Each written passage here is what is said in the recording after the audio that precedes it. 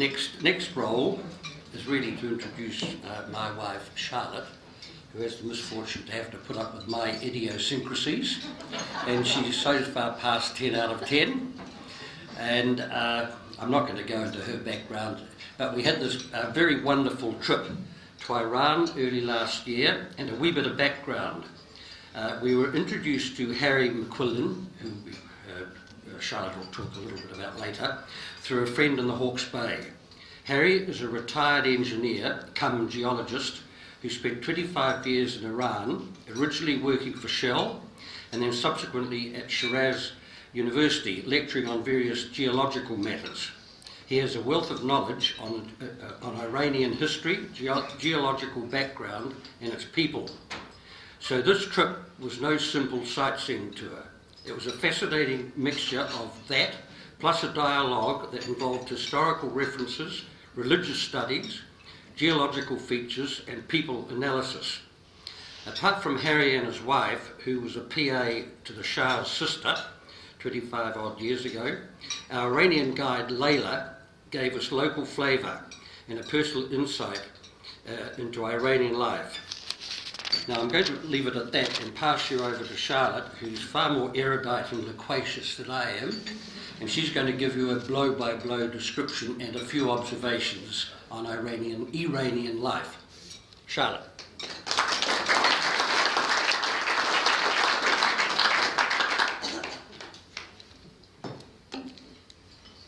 Mr. President, ladies and gentlemen, good afternoon, or should I say salam to you all.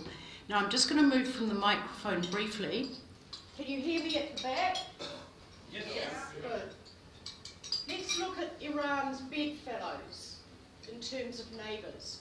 We have Afghanistan here, Turkmenistan up the top, the Caspian Sea, Azerbaijan, squashed in the middle, Armenia, and then Azerbaijan again. I think I've got that right, Mr. President.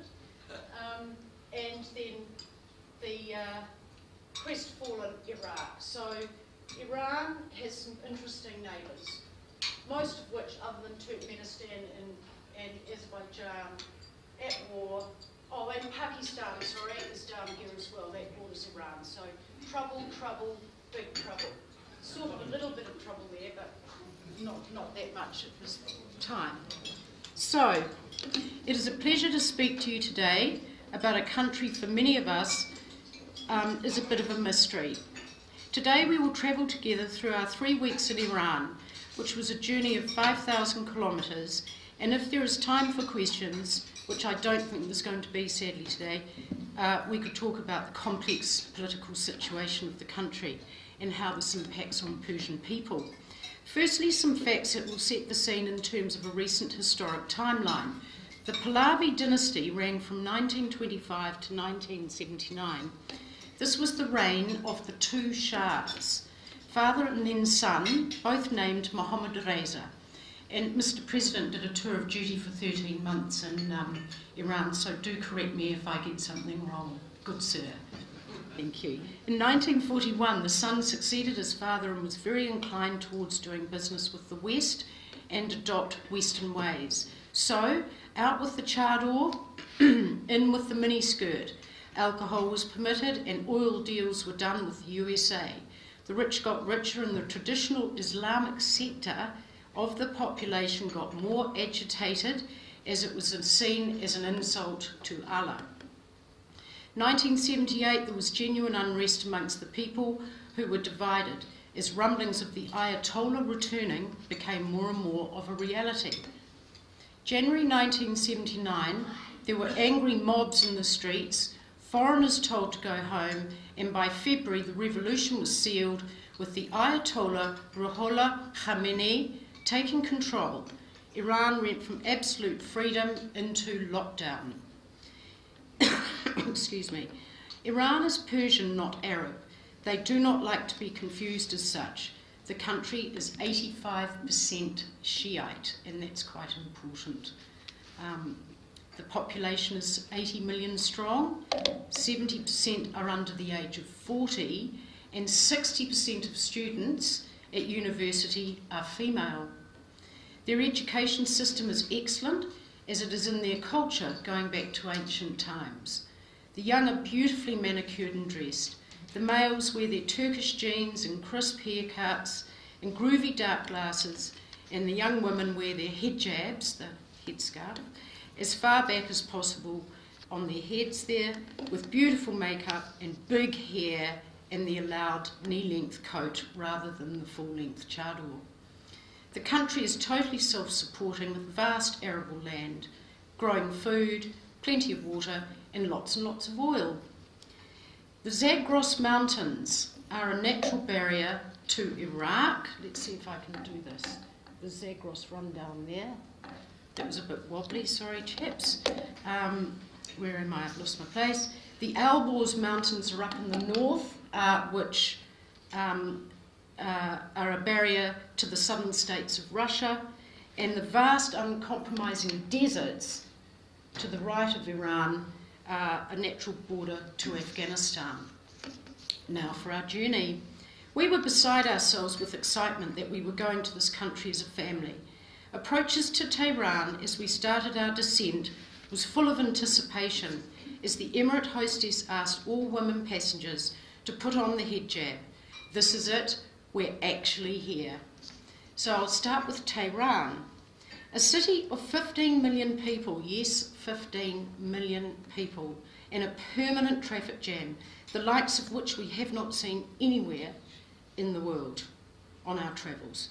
There is prostitution, a serious drug culture in Tehran, a big black market, and public executions by hanging.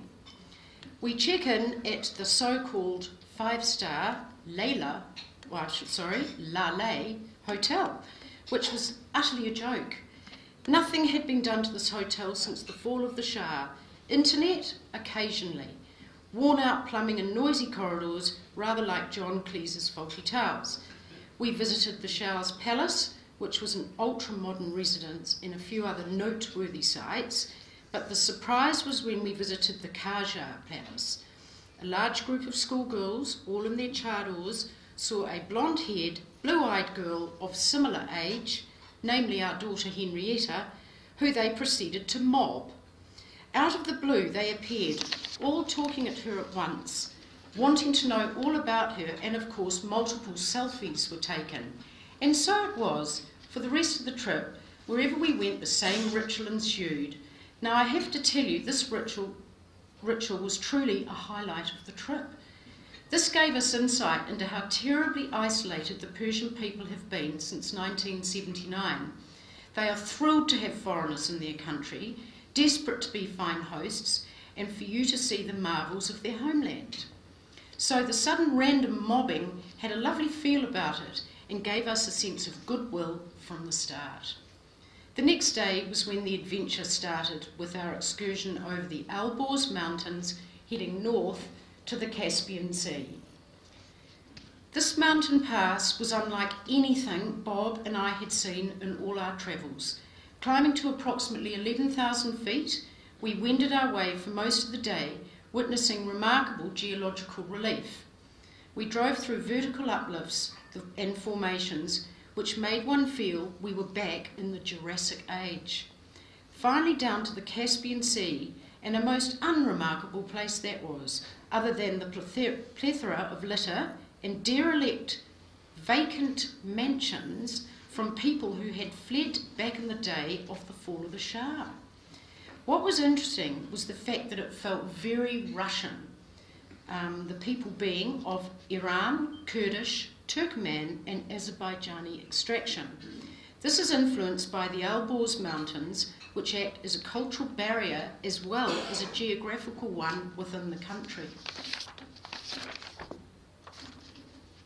I'm not turning the page. We then journeyed northwest in the direction of Azerbaijan to a mountain village called Mazulay, where the pathways were along the rooftops of houses to the big bazaar full of craft and authentic tea houses. This was a fascinating place, with what appeared to be a strict Muslim code, all women dressed in traditional black chador. Again, Henrietta got mobbed by young girls. Our next change of direction took us back over the Alborz Mountains via a different pass, heading southwest to the town of Zanjan. As we are checking into our hotel late, a group of young people are walking to the lift, and boy were they dressed to the nines. We're thinking if the police saw them, they would be in trouble. Mini skirts, flowing gowns, great colour, ultra-high heels, seriously full-day makeup and fabulous hair.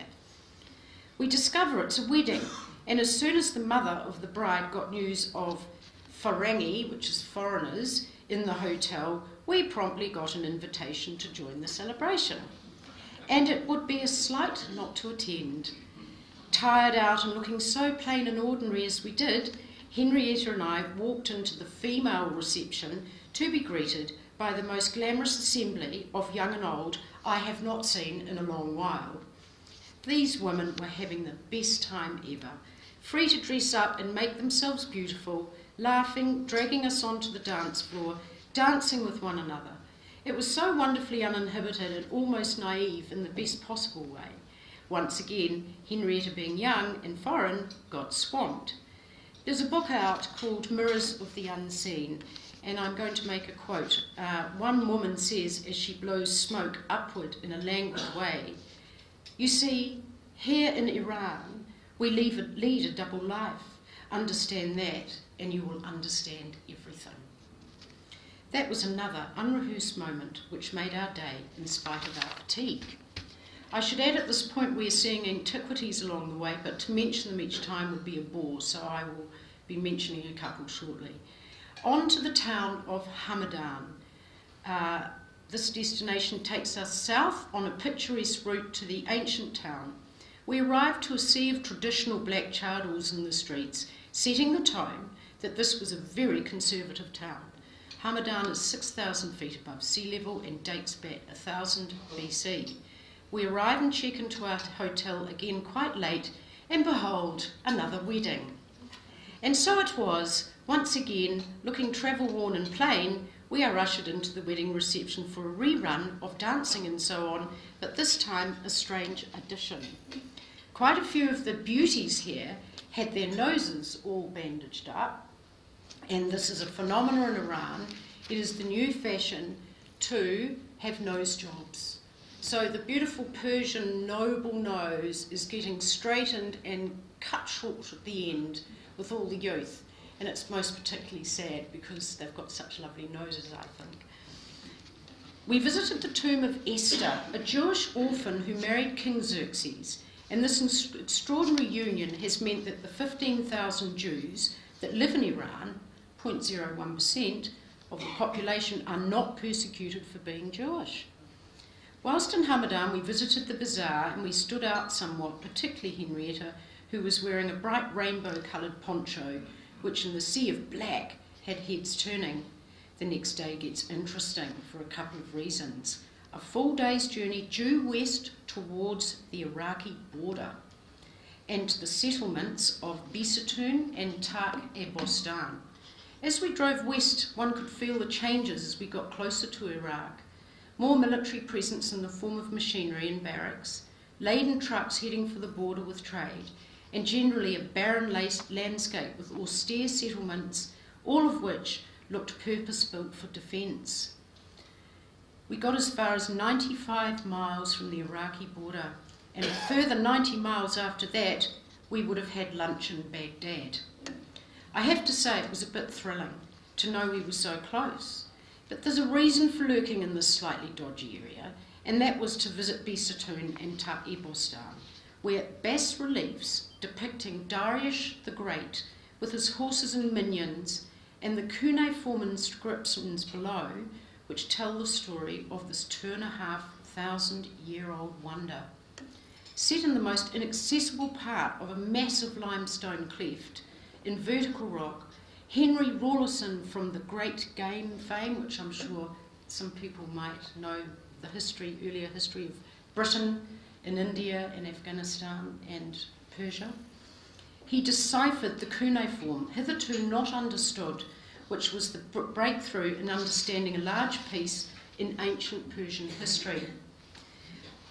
Okay, the next day we said head south to Isfahan, and again with huge excitement because this city is the jewel of Iran.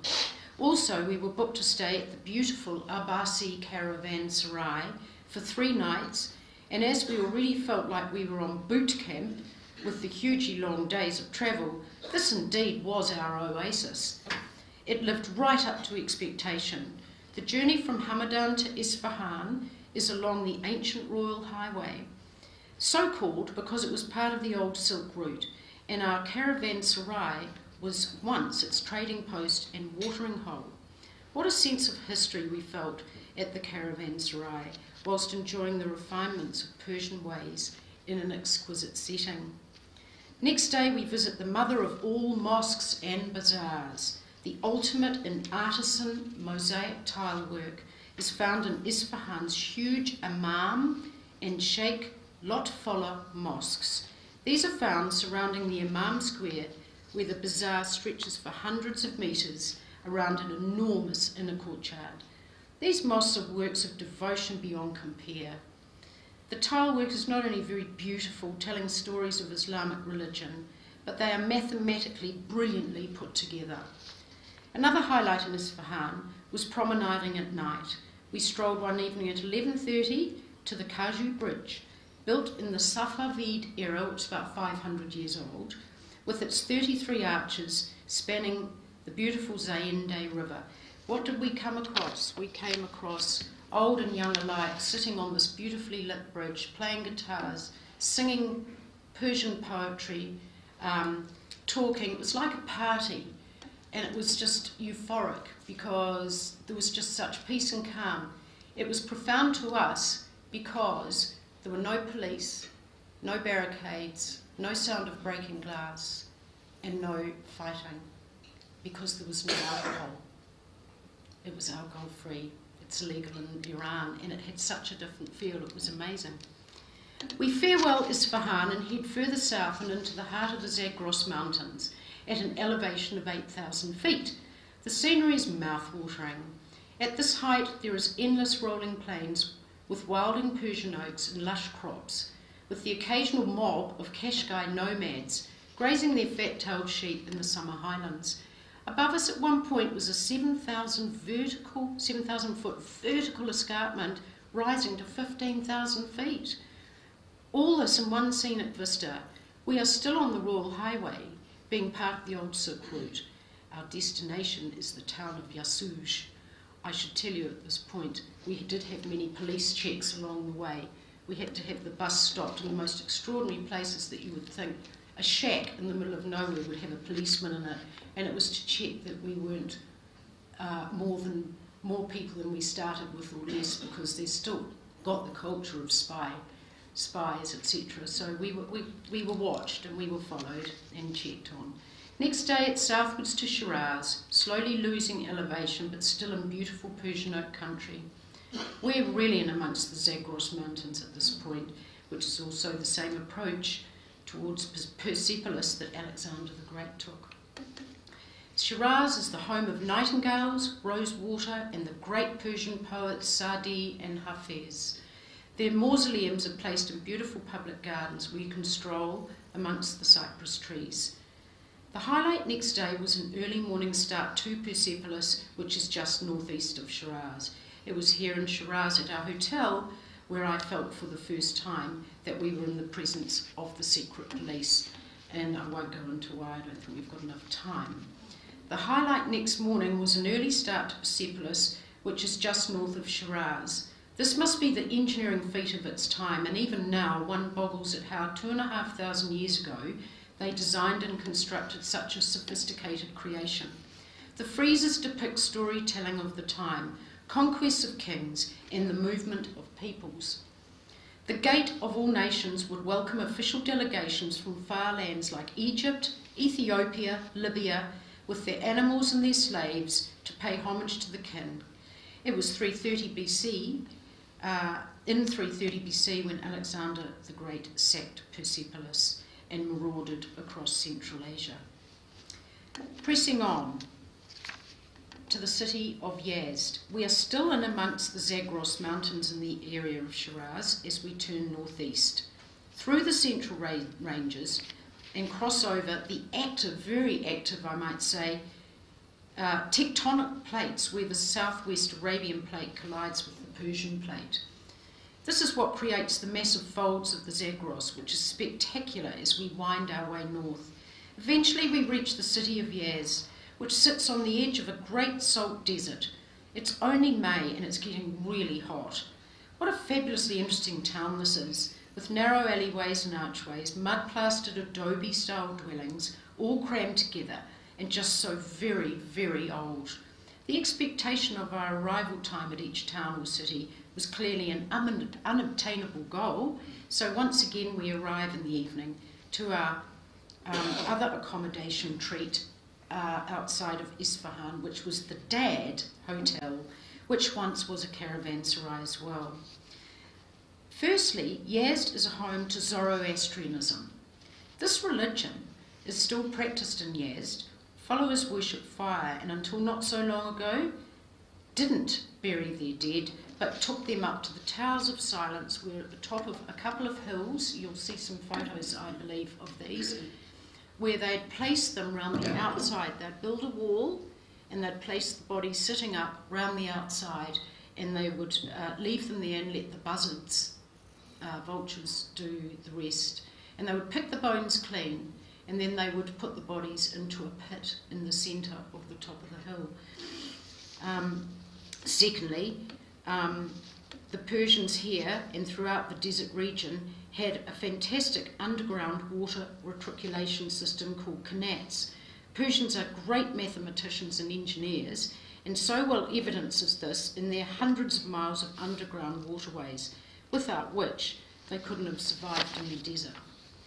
I now have some notes, because I think I'm getting close, but just to say, from Yazd to Tehran, we drove along the edge of a desert, and it was relatively unremarkable back to Tehran, other than we got a massive flat tyre in this 40-seater bus, and the driver Mohammed and Bob were the two that changed it. And that was a massive undertaking. He was a black belt karate. Yes. He did all the work. It was an enormous wheel like this. Quick notes: food. Persia equals pomegranates, mulberries, walnuts, pistachios, pecans, almonds, rose water, which is very much used in their desserts, dates and yogurt. They make a lot of stews and their diet is predominantly low fat. We would say the food is good, with the odd sensational dish, but mostly it is very healthy. Picnics. This is important. Everywhere we went, there would be families and people picnicking. It's a national pastime, and down would go the picnic rug, with the samovar on the boil and the food spread out. Persians will picnic anywhere at all, in a park, beside a highway. If one passes a picnic, chances are you will be invited to sit and share with them their offerings, including a turn smoking on a hookah. This was a unique and lovely experience, and indeed happened several times to us. They are a very family-orientated people, and it occurred to me that these wonderful, wonderful people who are squeezed between their Ayatollah and the United States of America have found a way how to forget that they are not free. So, I can stop there. If you would like me to, I have a bit more, but I'm happy to stop, Mr. President. I have to stop. I've run out of time. I know, that's what I thought, so I will conclude there. Thank you.